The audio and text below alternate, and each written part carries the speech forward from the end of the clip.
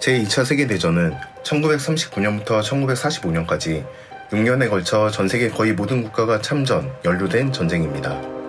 사망자만 5천만에서 7천만에 달할 만큼 거대한 규모의 전쟁이었으며 지금의 국제 정치 관계를 규정한 전쟁이기도 했습니다. 그럼 이 거대한 전쟁, 2차 세계대전은 어떻게 일어나게 된 것일까요? 2차 대전 시기 지구상 거의 모든 나라가 연합국가 추축국에 가담해 전쟁을 벌였는데 연합국 주요 세력은 미국, 소련, 중국, 영국, 프랑스. 추축국 주요 세력은 독일, 일본, 이탈리아였습니다. 전쟁은 유럽 전선과 아시아 태평양 전선으로 구분할 수 있는데요. 유럽 전선부터 이야기해 보겠습니다.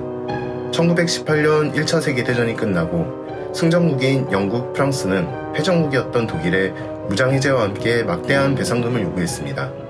이는 당연히 독일인들의 모멸감을 자극했고 영국, 프랑스에 대한 적개심을 고취하는 한 계기가 됩니다.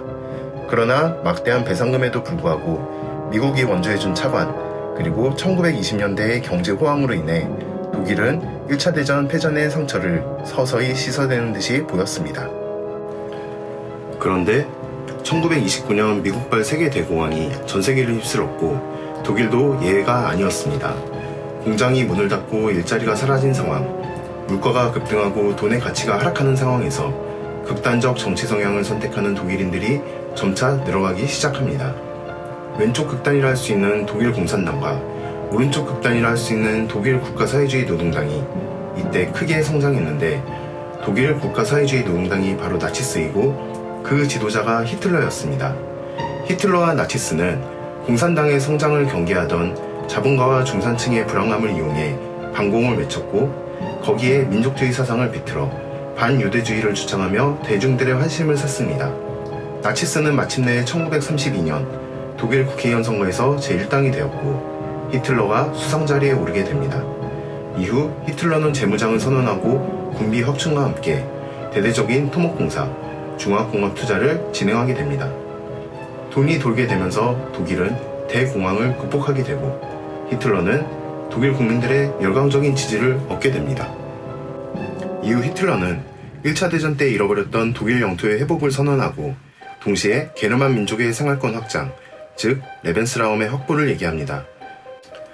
먼저 베르사유 조약에 의해 비무장지대로 남겨두기로 한 라인란트에 독일군을 진주시키고 같은 게르만 민족이지만 다른 역사를 갖고 있던 오스트리아를 병합시킵니다. 또 체코슬로바키아의 영토였지만 독일계가 많이 거주하던 수데텐을 영토에 병합시킵니다. 체코슬로바키아는 강력히 반발했지만 더 이상의 영토 확장은 없다는 히틀러의 약속에 영국, 프랑스가 수데텐의 병합을 인정해주게 됩니다.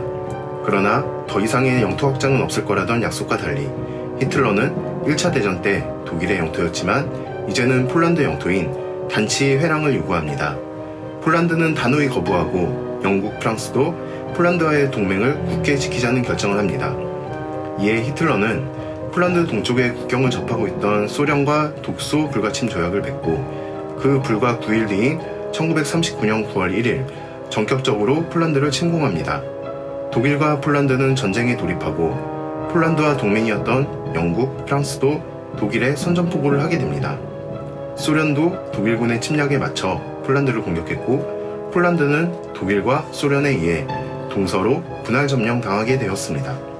이후 독일은 공격의 창을 서쪽의 프랑스로 향했고 6주 만에 프랑스를 점령하게 됩니다. 이때 이탈리아가 영국, 프랑스에 선전포고를 하면서 참전하게 됩니다. 히틀러는 영국 침공을 시도했으나 바다를 건너 상륙하는 것이 매우 어렵다고 판단하고 다시 동쪽으로 눈을 돌립니다. 게르만족의 생활권 확보, 즉 레벤스라움의 꿈을 이루려 한 것입니다. 1941년 6월 22일 독일은 독소 불가침 조약을 깨고 소련을 침공하게 됩니다. 이로써 소련도 2차 대전에 참전하게 됩니다. 아시아 태평양 전선에서는 중국과 일본이 먼저 그리고 나중에 미국이 참전을 하게 됩니다. 메이지 유신 이후 일본은 영토 확장 야욕을 채우는 데 여념이 없었습니다. 오키나와, 대만, 한반도, 만주까지 그 세력을 계속해 넓히고 있던 상황이었습니다. 일본은 1931년 만주사변을 일으켜 일본의 괴뢰 정권인 만주국을 세우고 만주에 대한 실질적인 통치권을 행사하고 있었는데 만주에 주둔하고 있는 일본 관동군은 공국이 제어를 못할 만큼 폭주하고 있는 상황이었습니다. 그러던 중 중국 국민당 정부와 일본 관동군 관할 경계인 루거우 차오라는 곳에서 일본군 병사 한 명이 잠시 사라졌다 돌아온 루거우 차오 사건이 일어납니다. 해프닝으로 끝낼 수 있었던 이 사건을 일본 군부가 확대시키고 결국 일본군이 중국 본토를 침공합니다. 한동안 일본이 파죽지세로 중국을 밀어붙이지만 중국의 거대한 영토에 한계에 몰리게 됩니다.